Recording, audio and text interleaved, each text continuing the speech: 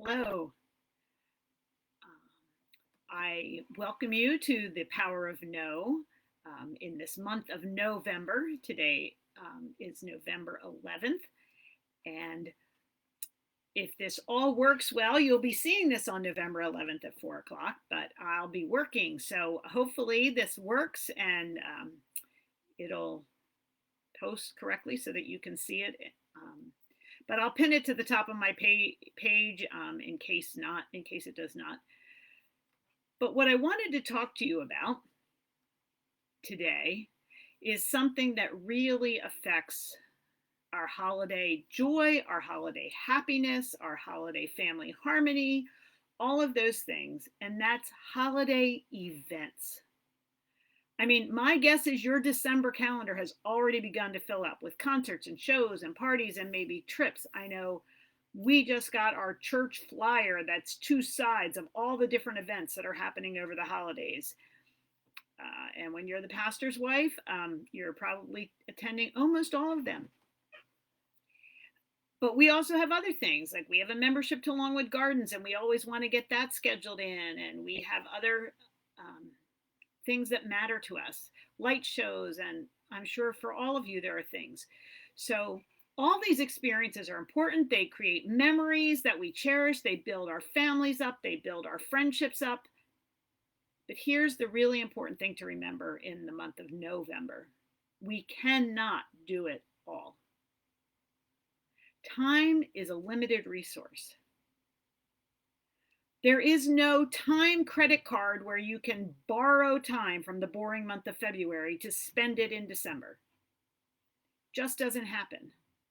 So you have to make sure that you're planning for your family and not having totally unrealistic expectations about all the family fun you're going to have during this holiday season.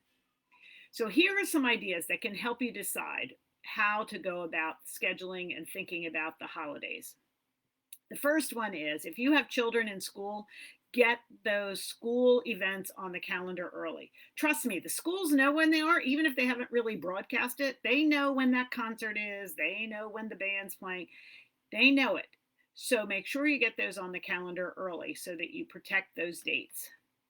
But then the best thing I think to do is to have a family meeting and really talk about what each person believes is a holiday must do. Now, we talked about this a little bit earlier in the month, as far as really thinking through what each person is available for and capable of doing. But you want to know what they want. What is it that they say, oh, I can't imagine a Christmas without this activity? And it might even come down to the food. I was just reading a post on social media this week where somebody was saying that they decided that they were tired of making, it was a woman, and she was tired of making turkey for her family. And she just said, you know what, I'm not doing it anymore. I don't even like turkey for Thanksgiving. I'm not doing it. And her family, every one of them, to a person, said to her, oh, that's good, because I don't really like it either. But for years, she had made turkey for her family, even though they didn't like it, because they didn't talk about it. So you might want to even talk about your food likes. The next thing I would suggest is that you consider the personalities of everyone in your home. Now, I do a personality seminar, did one a couple weeks ago, using Winnie the Pooh characters to talk about personalities. And one of the things I talk about in there is the different characters and who loves people and who gets drained by people. So while the Tigger and the Winnie the Pooh love being around people, the rabbit and the Eeyore are drained by being around people. So if you have those personalities in your family and you're asking them to do too many people events, they're going to end up miserable or exhausted or not very pleasant maybe. Meanwhile, activity can drain some Eeyores and the Winnie the Pooh characters. And so if you're just pushing them to go, they might end up balking at that. And they'll back up and they might, procrastinate, and they might get stubborn, and they might have meltdowns if they're children.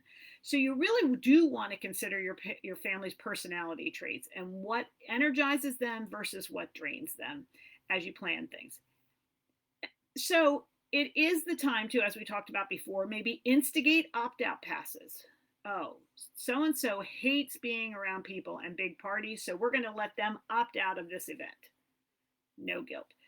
Or this person just doesn't want to spend a day walking around in the cold to look at the pretty lights. So we're going to let them have an opt out for that event. Opt out passes can be a great way to avoid family stress and drama. And then, where you can, schedule holiday events post holiday. Really, January and February are kind of boring. Do you absolutely have to see that person or have that work holiday party or whatever during the month of December when everybody's already stressed and busy? Add some color and excitement to the months of January and February and plan some parties then. Plan to get together with friends then. It just can make the holiday time period a little bit less stressful. And then the last thing I would say is that, especially if you have children, but maybe even for us as adults, set some bedtimes for the month and also plan in at least one weekly no activity night. Like, we are just not going to be gone every single night of the week doing something with one group or another. And this is our night and we're scheduling it. You might discover that some of those ways to say no over the holidays can creep into your schedule year round and help you think about other things in your life, including how you handle sports and school and church and other events that come about in your life. Hope you'll have a great week. Say no to some things, and we'll see you tomorrow.